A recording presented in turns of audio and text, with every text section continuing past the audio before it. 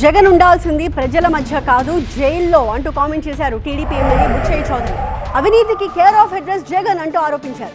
జగన్ పాదయాత్ర చేసినా ప్రజలు నమ్మే పరిస్థితి లేదన్నారు ఎమ్మెల్యే బుచ్చయ్య చౌదరి.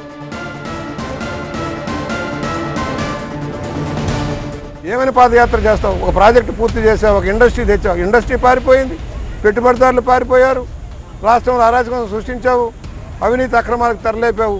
ఏమైనా ప్రజల్లోకి వస్తామని ప్రశ్నిస్తా ఉన్నావు.